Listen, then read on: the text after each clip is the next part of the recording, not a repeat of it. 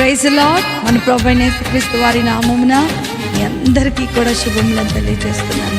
ప్రతి ఆదివారము లైవ్ కార్యక్రమం ద్వారా మనందరం కూడా ప్రభు సన్నిధానంలో కొన్ని నిమిషాలు ఆయన అమూల్యమైన మాటలు ధ్యానం చేసుకోవడానికి ప్రభు మనకిస్తున్నటువంటి గొప్ప కృపను బట్టి దేవునికే మహిమ కలుగును గాక. ఈ వారం కూడా ఒక చక్కటి అంశంతో మనందరం కూడా ప్రభు వాక్యంలోనికి వెళ్దాం. అందరం కూడా కళ్ళు మూసుకున్నట్లయితే ప్రార్థనతో దేవుని యొక్క వాక్యాన్ని ప్రారంభం చేసుకుందాం. మమ్మల్ని మిక్కిలిగా ప్రేమించిన మా ప్రియ పరలోకపు తండ్రి యేసు స్వామి, మీకు ఉన్నతమైన ఘనమైన శ్రేష్టమైన నామమును బట్టి మీకు వందనాలు ప్రభా. నీ వాక్యంలో ఉన్నటువంటి ప్రతి మర్మాన్ని మీరు మాకు బోధిస్తున్నందుకే మీకు వందనాలు.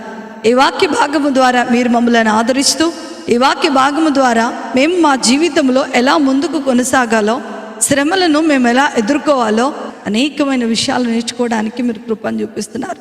పరిశుద్ధాత్మ దేవ, మీరు మాకు సహాయాన్ని అందించిన ఆయన ప్రభా, విన్న వాక్యము ప్రతి ఒక్కరి జీవితాలలో సంపూర్ణమైన ఆశీర్వాదాన్ని కలుగు చేయనట్లుగా మీరు కృపను చూపించమని నజరేయుడైన యేసుక్రీస్తును శక్తి కలిగిన నామములో అతి వినయముతో అడిగి వేడుకొంచున్నాను తండ్రి, ఆమేన్. నా ప్రియమైన దేవుని బిడ్డలారా, అందరం కూడా హెబ్రీయులకు రాసినటువంటి పత్రిక 4వ అధ్యాయము 13వ వచనాన్ని చదువుకుందాం. మరియు ఆయన దృష్టికి కనపడని స్పష్టము ఏదియూ లేదు, మనము ఎవనికి లెక్క చెప్పవలసి ఉన్నదో ఆ దేవుని కనులకు సమస్తమును మరుగులేక తేటగా ఉన్నది. హల్లెలూయా. నా ప్రియమైన దేవుని బిడ్డలారా, ఈరోజు ఈ వాక్య భాగంలో చాలా అద్భుతమైన దేవుని లక్షణం ఒకటి కనపడుతుంది. ఏంటంట, ఇక్కడ మనం చూస్తే దేవుని కనులకు సమస్తమును మరుగులేక తేటగా ఉన్నది. అంటే దేవుని కన్నులు ఎలాంటి కన్నులు అంట? చూచే కన్నులు. ఆయన నిన్ను చూస్తూ ఉన్నాడు. దేవుడు ప్రతి ఒక్కరిని కూడా చూస్తూ ఉన్నాడు. దేవుని కన్నులు నీ పరిస్థితిని చూస్తూ ఉన్నాయి.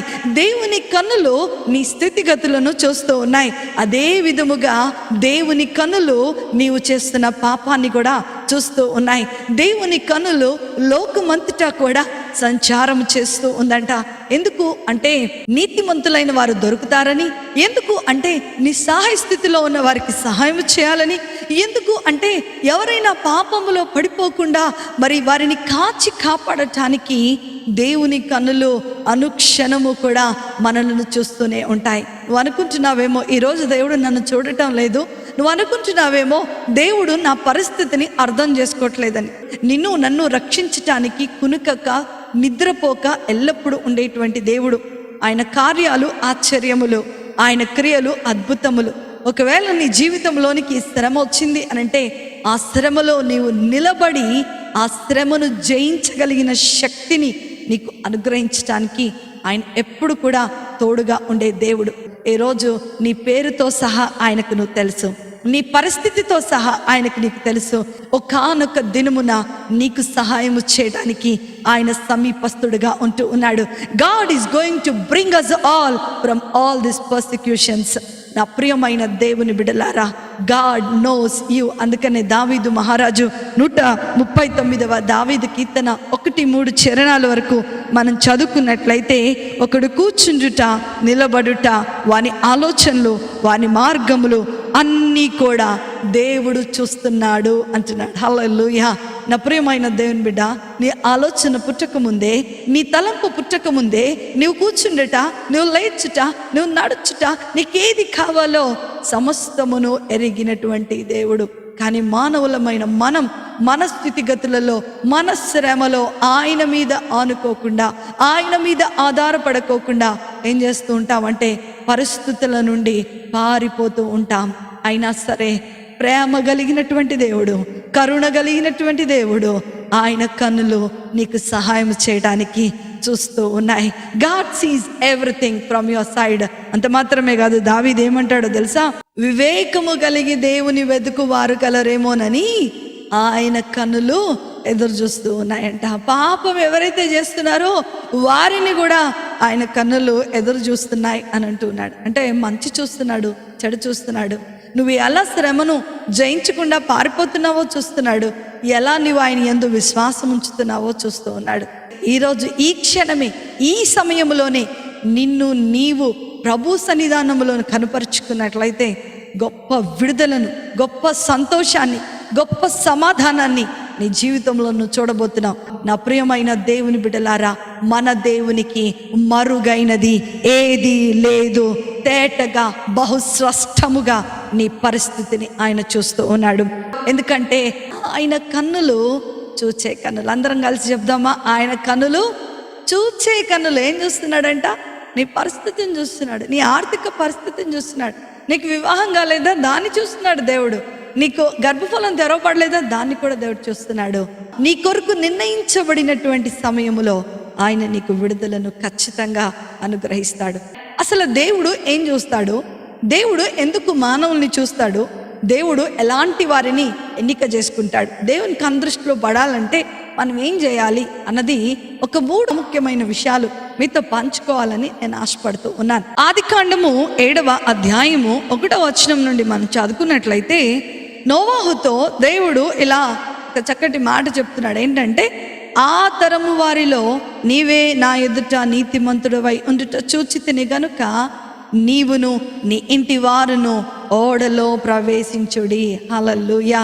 నా ప్రియమైనటువంటి దేవుని బిడ్డలారా, దేవుడు ఆ తరమని ఈ తరమని కాదు, కానీ ప్రతి తరములో కూడా ఏం వెతుకుతున్నాడంట? ఆయన కన్నులు ఏం వెతుకుతున్నాయి?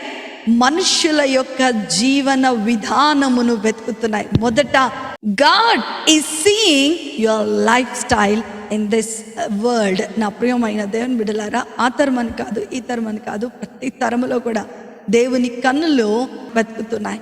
ఇక్కడ మనం చదువుకున్న లేఖన భాగంలో నోవాహు గురించి చాలా అద్భుతమైనటువంటి మాటలు రాయబడుతూ ఉన్నాయి. అక్కడ నివసిస్తున్నటువంటి వారి జీవితంలో విపరీతంగా చెడుతరము పెరిగిపోయింది. అక్కడ నివసిస్తున్నటువంటి ఆ తరములో నివసిస్తున్న వారిలో అనేక మంది చెడిపోయారు, అనేక మంది పాపమునకు బానిసలైపోయారు. దేవుడంటే భయం లేకుండా, దేవుడంటే భక్తి లేకోకుండా లోకస్తుల వలె ఘోరమైన పాపము చేస్తూ నీతి లేని బ్రతుకులు వారు బ్రతుకుతున్నట్లుగా అక్కడ సందర్భాన్ని మనందరికీ కూడా దేవుడు జ్ఞాపకం చేస్తూ ఉన్నాడు. అలాంటి పరిస్థితిలో, అలాంటి తరములో దేవుడు ఒక వ్యక్తిని వెతుకుతున్నాడంటే, అందరినీ వెతుకుతున్నాడు. పలానా వ్యక్తిని వెతికాడు, తన జీవన విధానం బాగాలేదు. ఇంకొక కుటుంబాన్ని వెతికాడు, వారు చక్కగా లేరు.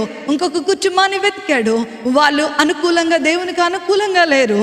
అలా వెతుకుతున్నటువంటి సమయంలో ఒక చక్కటి కుటుంబము దేవుని కన్నులకు కనపడిందంట. అది ఎవరండి? నోవాహు కుటుంబము. అందుకని ఏం చేశాడంట?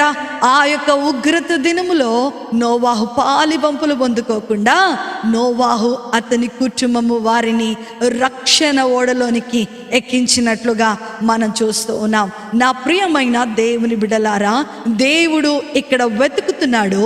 అందులో ఒక ఆశీర్వాదం వచ్చింది. దేవునికి నమ్మకంగా ఉండటం వలన ఒక ఆశీర్వాదం వచ్చింది. ఏంటి అనంటే రక్షణ ఓడ. హల్లెలూయా. నా ప్రియమైన దేవుని బిడ్డ, అంత్య దినములలో మనమున్నాం, అపాయకరమైన దినములలో ఉన్నాం. బైబిల్ గ్రంథములో లెక్కించిన ప్రతి లేఖనము కూడా నెరవేర్చబడటం మనం చూస్తున్నాం. అంటే it means that we are very very near to the rapture. ప్రభు రాకడ కొరకు మనం చాలా సమీపస్తులుగా ఉన్నాం. ఇంకొక లేఖన భాగమును గనక మనం చూస్తున్నట్లయితే అవి ఈ అంత్య దినములు అనేవి నోవాహు దినములు వలె ఉండును అని దేవుని యొక్క వాక్యము మనకు సెలవిస్తూ ఉంది. ఆ తరములో కీడు ఎలా విస్తరించిందో, ఆ తరములో పాపం ఎలా ప్రజ్వలిల్లిందో, ఆ తరములో ఎలా అన్యాయము రేగెత్తుతూ ఉందో, ఆ తరము ఎలా అయితే మరి భయంకరమైనటువంటి ఘోరమైన స్థితిలో ఉందో, ఈ రోజుల్లో కూడా సంఘాలు అలాగనే ఉన్నాయి.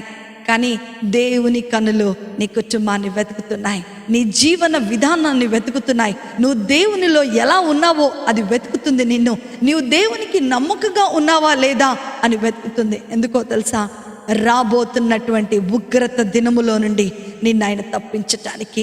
నోవాహు కుటుంబం వలె నీతిమంతుడిగా, నీతిమంతురాలిగా నువ్వు కనపడినట్లయితే దేవుడు ఏం చేస్తాడో తెలుసా? వెంటనే నీ ఫ్యామిలీని తీసుకొని వెళ్ళిపోయి ఆ రక్షణ ఓడలోనికి నిన్ను పడేస్తాడు. ఆయన మందిరంలో సేద తీరటానికి నిన్ను దాచుకుంటాడు. ఆయన ఆవరణములో పచ్చని ఒలీవ మొక్క వలె ఆయన నిన్ను, నీ కుటుంబాన్ని చేస్తూ ఉంటాడు. ఈ యొక్క దినము దేవుని కన్నులు ఏం చూస్తున్నాయంట? నీ జీవన విధానాన్ని చూస్తూ ఉన్నాయి. నేటి దినములలో ప్రతి కుటుంబంలో చూస్తే everybody are addicted with Facebook, everybody are addicted with WhatsApp, everybody are addicted with the YouTube, everybody are addicted with their work. ఎక్కడ చూసినా సరే వీఆర్ వెరీ బిజీ, మాకు టైం లేదు. మందిరాలను మర్చిపోయారు. యూట్యూబ్లో ఆన్లైన్లో సర్వీసులు వచ్చేస్తున్నాయి, మేము ఆన్లైన్లో చూస్తున్నాము అని చెప్పే వాళ్ళు కూడా లేకపోలేదు. నా ప్రియమైన దేవుని బిడ్డ, మందిరానికి నువ్వు వెళ్ళి ఆరాధన చేయాలి. ఆదివారం యేసు ప్రభువారు భూమి మీద నివసించినప్పుడు క్రమము తప్పకుండా ఆయన మందిరంలోకి వెళ్ళి ఆరాధన చేసినట్లుగా మనం చూస్తూ ఉన్నాం. నీవు జీవిస్తున్న విధానములో మోసం ఉంటుంది. ఒకవేళ నువ్వు మోసం చేస్తున్నావా? ఒకవేళ నువ్వు ఎక్కడైనా ఆఫీస్లో కానీ లేకపోతే ఇంట్లో కానీ అబద్ధం చెప్తూ బ్రతుకుతున్నావా? మోసం చేస్తూ బ్రతుకుతున్నావా? జాగ్రత్త నా ప్రియమైన దేవుని బిడ్డ. తల్లిదండ్రులారా, పిల్లలారా, ప్రతి ఒక్కరిని కూడా ప్రభు కన్నులు చూస్తూ ఉన్నాయి. God is seeing your lifestyle, how you are leading in this world.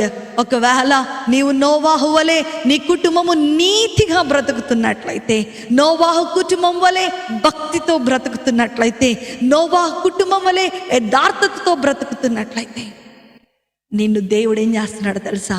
ఆయన రక్షణ ఓడ అనే బహుమానాన్ని నీకు ఆయన అనుగ్రహిస్తున్నాడు. Are you satisfied with that? రాబోతున్న ఉగ్రత నుండి నువ్వు తప్పించుకుంటున్నావు. శ్రమల నుండి ప్రభు నిన్ను తప్పిస్తూ ఉన్నాడు. ఎందుకో తెలుసా? God is seeing your situation.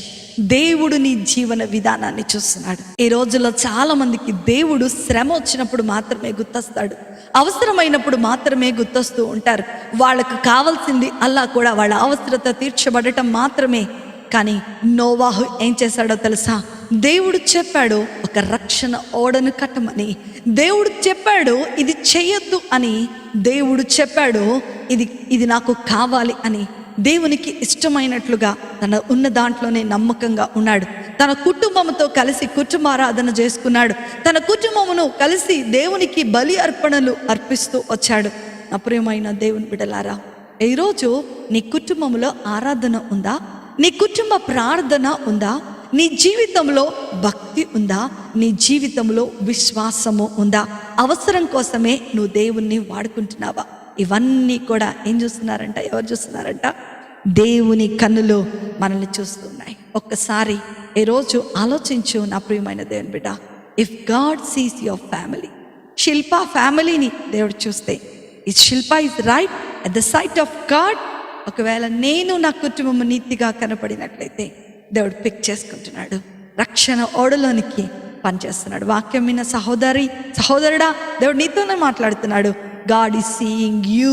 This is a warning for you. నీ కుటుంబాన్ని నేను చూస్తున్నాను. నాకు మరుగైనది ఏదీ లేదు అని హాగరు జీవితం ద్వారా దేవుడు చెప్పాడు. ఆమె అరణ్యంలో ఉంది, ఎవరికి కనపడినటువంటి ప్రదేశంలో ఆమెను చూశాడు దేవుడు.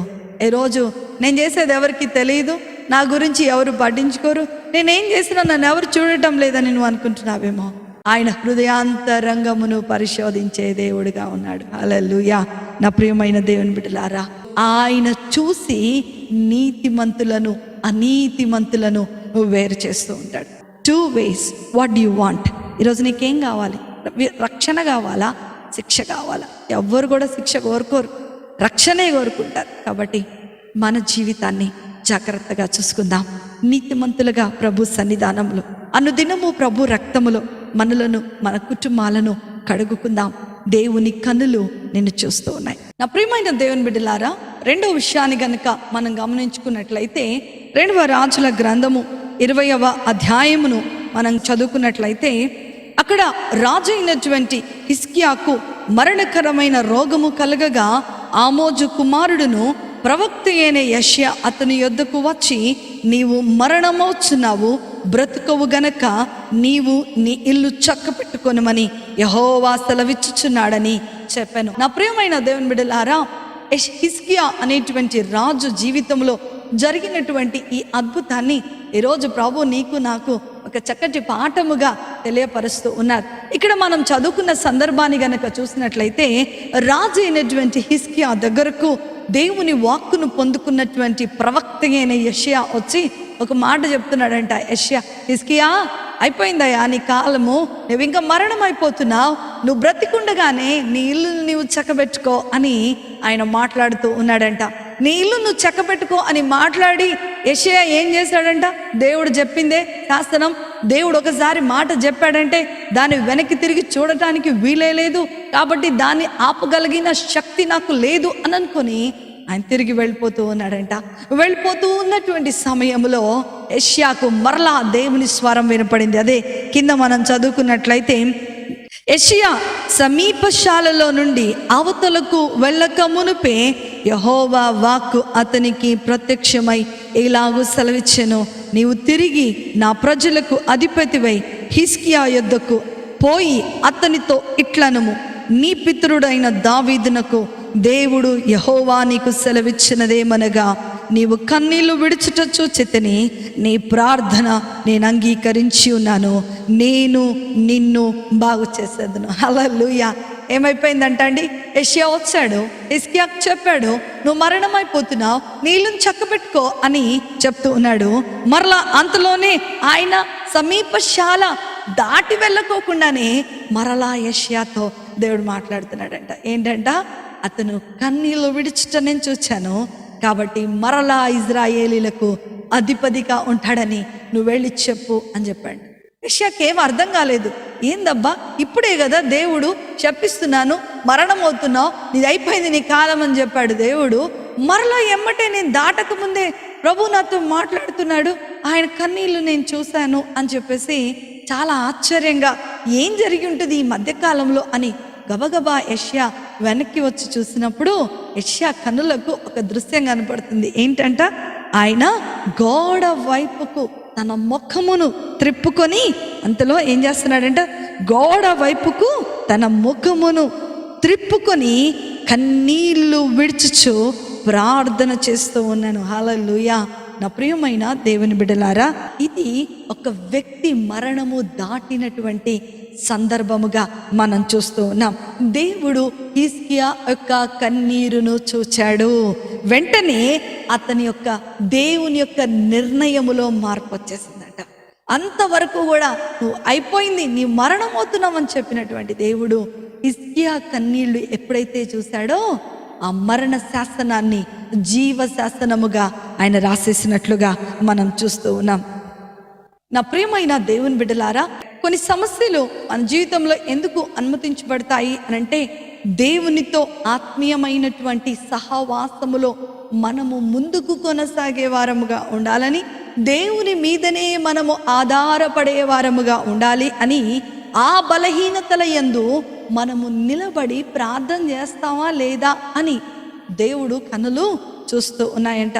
హిజ్కియా ప్రార్థించినప్పుడు అతని కన్నులు చూసినటువంటి దేవుడు వెంటనే యెషయా ద్వారా సమాధానాన్ని పంపించినట్లుగా మనం చూస్తూ ఉన్నాం. నా ప్రియమైన దేవుని బిడ్డలారా, ఈ యొక్క జీవితంలో ఎన్నో శ్రమలు, ఈ జీవితంలో ఎన్నో కష్టాలు, ఈ జీవితంలో అనేకమైనటువంటి శోధనలు, కొన్ని భయంకరమైన పరిస్థితుల గుండా మన కుటుంబాలు, మన జీవితాలు పయనించవలసి వస్తూనే ఉంటుంది.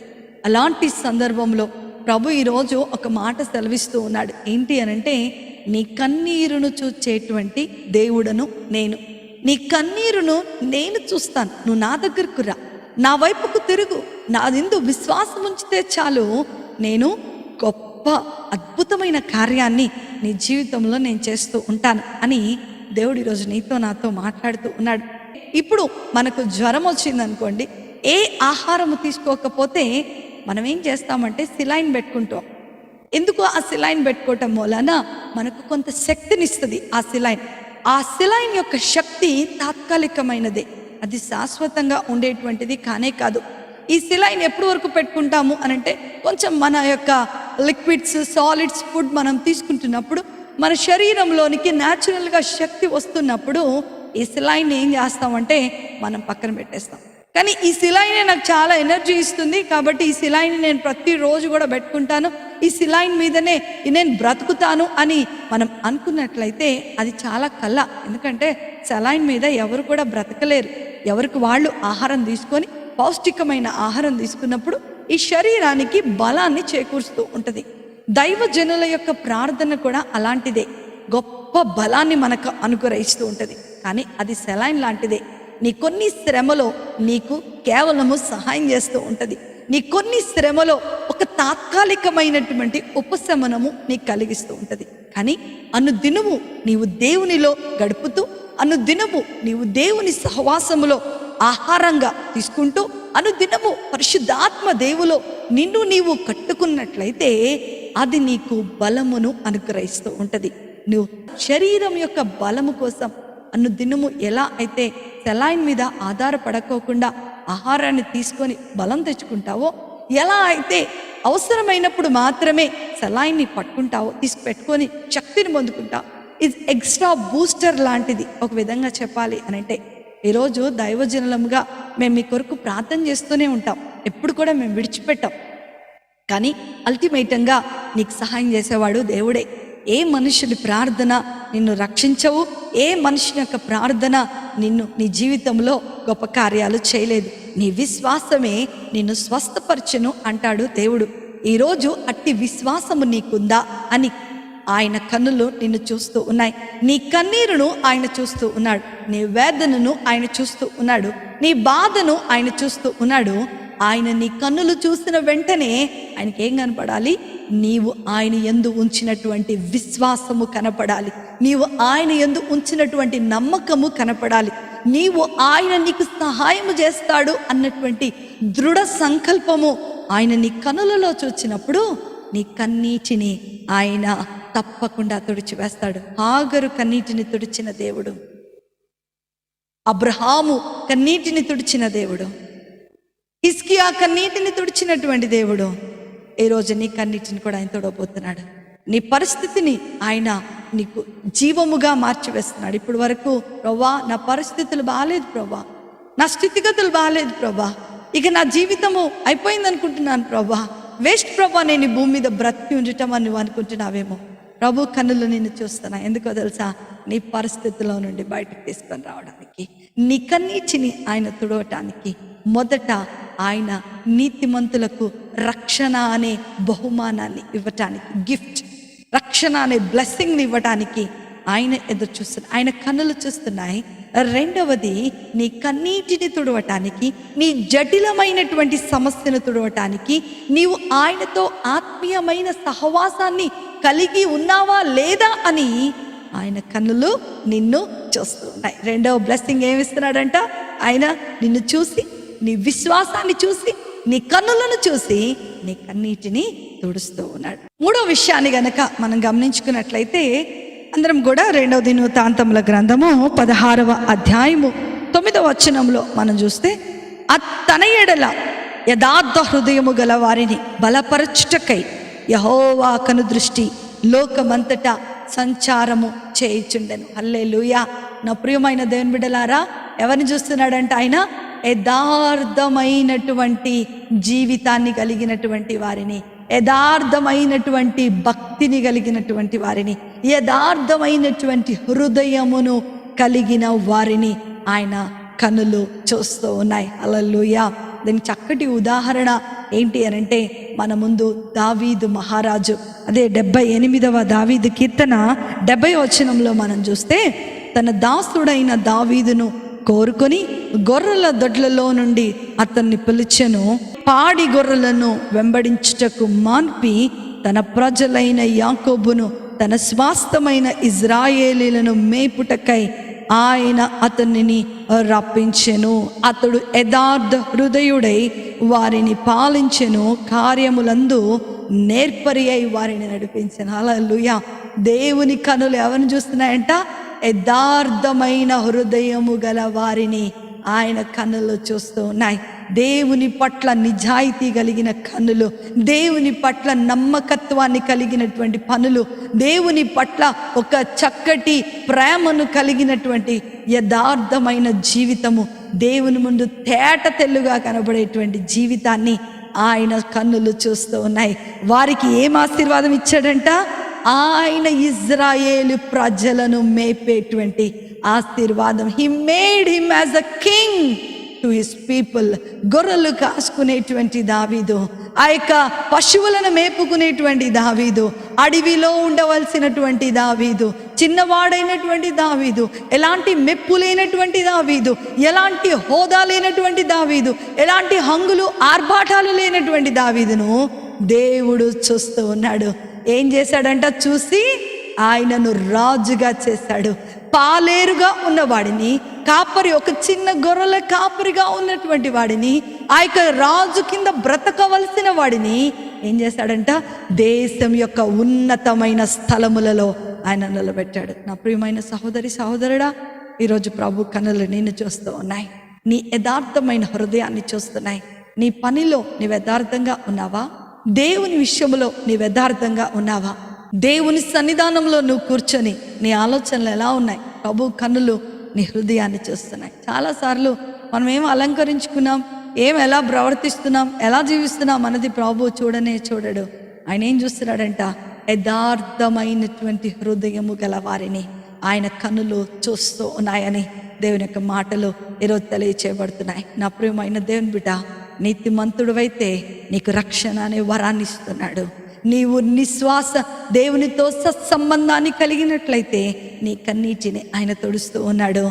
యథార్థ హృదయుడవై దేవుని సన్నిధానంలో నువ్వు నిందారహితుడిగా నిలబడినట్లయితే నీకున్న స్థానంలో, ఇప్పుడు నేను తక్కువగా ఉన్నాను, ఎలాంటి ఉద్యోగం లేని పరిస్థితిలో ఉన్నాను, నా చేతిలో డబ్బులు లేని స్థితిలో నేనున్నాను, లేకపోతే నేను హోదా లేదు నాకు అని నువ్వు అనుకుంటున్నావేమో, దేశం యొక్క ఉన్నతమైన స్థలములలో ప్రభుని నెక్కించబోతున్నాడు. These are all in the hands of you. నీ ఆశీర్వాదం నీ చేతిలోనే ఉంది. ఒకసారి ప్రభు శాసనం రాసిన తర్వాత దాన్ని తిప్పివేయగలిగిన వాడు ఎవ్వరూ లేరని ఈ వాక్యము ద్వారా దేవుడు మనతో మాట్లాడుతూ ఉన్నాడు. మన దేవుడు చూచేటువంటి దేవుడు. ఆయన కన్నులకు మరుగైనది ఏదీ లేదు. నాకు కనబడకుండా రహస్య స్థలములలో దాగిన వాడు ఎవడైనా ఉన్నాడా? నేను భూమి యందును ఆకాశమందును సమస్తము అన్ని వేళల I am an omnipresent, omnipotent and I am an omniscient God. అన్ని వేళల, అన్ని పరిస్థితుల్లో, అన్ని స్థలములలో, అన్ని సందర్భాలలో నేను ఉన్న దేవుడనై ఉన్నాను. But God is asking one thing. నేను నిన్ను చూస్తున్నాను, నీవు పారిపోతున్నావా? నేను నిన్ను చూస్తున్నప్పుడు నువ్వు పరిగెడుతున్నావా? నేను నిన్ను చూస్తున్నప్పుడు నువ్వు నీతిమంతుడిగా ఉన్నావా? నేను నిన్ను చూస్తున్నప్పుడు నువ్వు నాతో సహవాసాన్ని కలిగి ఉన్నావా? నేను నిన్ను చూస్తూ ఉన్నప్పుడు నువ్వు యథార్థవంతుడిగా ఉన్నావా? If it is the thing, God is going to bless you abundantly. ఈరోజు నీవు గనక నీ జీవితాన్ని మార్చుకున్నట్లయితే ప్రభు కన్నులు నీకు రక్షణ, రాబోతున్న ఉగ్రత నుండి నిన్ను తప్పిస్తున్నాయి. ప్రభు కన్నులు నీ భయంకరమైనటువంటి పరిస్థితిలో నుండి, నీ కన్నీటి జీవితంలో నుండి సంతోషకరమైన జీవితాన్ని ఆయన్ని అనుగ్రహిస్తూ ఉన్నాడు. దేవుని కన్నులు నీ యొక్క అవమానములో నుండి, నీ నిందలో నుండి, నీవున్న స్థితిగతులలో నుండి నిన్ను ఉన్నతమైన స్థలములకు ఎక్కిపోయేటట్లుగా చేస్తుంది. These are all in the hands of you. నా ప్రియమైన దేవుని బిడ్డ, ఈరోజు నీకు రక్షణ కావాలా? శిక్ష కావాలా? ఈరోజు నీ కన్నీటికి విడుదల కావాలా? ఈరోజు నీ ఉన్నతమైన స్థానంలో ఉండాలా? లేకపోతే నువ్వు ఉన్న స్థానమే నీకు చాలని నువ్వు అనుకుంటున్నావా? కాబట్టి ఒక అడుగు ముందుకు వేసి ఆయన కన్నులు నిన్ను చూసేటట్లుగా, ఆయన కన్నులు నిన్ను చూసినప్పుడు నువ్వు యథార్థవంతుడిగా, యథార్థవంతురాలిగా కనబడినట్లయితే ఎల్రోహి, ఆయన నీ పరిస్థితిని చూచి నిన్ను ఆస్వాదించబోతున్నాడు. పేరు పెట్టి హాగర్ను పిలిచిన దేవుడు, నీ పేరు కూడా ఆయనకు తెలుసు. ఆయన నిన్ను కూడా పేరు పెట్టి పిలుస్తున్నాడు. నిన్ను దీవించడమే కాదు, నిన్ను మార్చడమే కాదు, నీ సంతానాన్ని కూడా ఆయన దీవిస్తూ ఉన్నాడు. ప్రభు కృప మీ అందరికీ తోడుగా ఉండును గాక. కళ్ళు మూసుకుందాం, ప్రార్థన చేసుకుందాం. We ask God, we seek the help of God. ప్రభా, నేను నా కుటుంబము నీ సన్నిధానంలో కనపడుతున్నాం. ఎస్, నా పరిస్థితులు నీకు తెలుసు, నా స్థితిగతులు నీకు తెలుసు, నా ప్రతి ఆలోచన నీకు తెలుసు. నేను నిల్చుంట, నేను కూర్చుండుట, నేను పడుకుంటే, నేను అన్నీ నా పనులన్నీ కూడా నీకు తెలుసు ప్రభా. ఈరోజు నీ కన్నులు నన్ను చూస్తున్నప్పుడు యథార్థమైన జీవితాన్ని నాకు ఇవ్వు ప్రభా. భక్తి జీవితాన్ని నాకు ఇవ్వు ప్రభా. నీతో సహవాసము నాకు ఇవ్వు ప్రభా. ఎప్పుడైతే నువ్వు ప్రార్థన చేస్తున్నావో సహోదరి, ప్రభు నీ చేతిని పట్టుకుంటున్నాడు. ఈ రోజు నుంచి నీ జీవితం మారిపోతుంది. ఈ రోజు నుంచి నీ స్థితిగతులు మారిపోతున్నాయి. ఈ రోజు నుంచి నీవు సంతోషభరితమైన కుటుంబముగా కట్టబడబోతున్నావు. మమ్మల్ని మిక్కిలిగా ప్రేమించిన మా ప్రియ పరలోకపు తండ్రి, మీకు ఘనమైన నామమును బట్టి మీకు వందనాలు. ఈ వాక్య భాగము ద్వారా అయ్యా మమ్మలను చూచుచున్న దేవుడవు నాయన, మా పరిస్థితిని చూస్తున్నావు, మా స్థితిగతులను చూస్తున్నావు, మా జీవన విధానాన్ని చూస్తున్నారు ప్రభాతని, మా కన్నీటిని చూస్తున్నారు ప్రభా. దేవా మా యొక్క యథార్థమైన హృదయాన్ని కూడా మీరు చూస్తున్నారని మీరు మాతో మాట్లాడారు. ఈ వాక్య భాగము అనేక మందిలో ఒక గొప్ప మార్పును దేవా, ఈ వాక్యానుసారంగా జీవించేటువంటి జీవితాలను మీరు మాకు అనుగ్రహించమని నజరేయుడైన యేసుక్రీస్తును శక్తి కలిగిన నామములో అడిగి వేడుకొంచున్నాను తండ్రి. Amen, amen, amen. Praise the Lord. ప్రభు మిమ్ములను మీ కుటుంబాలను దీవించిన గాక. అనుదినము మీ కొరకు నేను ప్రార్థిస్తున్నాను. మీ సమస్యల నుండి, మీ శరీరానుసారమైన సమస్యల నుండి, మీ ఆత్మానుసారమైన సమస్యల నుండి, మీ ఆర్థికపరమైన సమస్యల నుండి, మీ కుటుంబపరమైన సమస్యల నుండి, మీ అనారోగ్యపరమైన సమస్యల నుండి దేవుడు మీకు విడుదల అనుగ్రహించబోతున్నాడు. Don't worry, God is going to help you mightily and abundantly. దేవుడు మిమ్మలను, మీ కుటుంబాలను దీవించండి.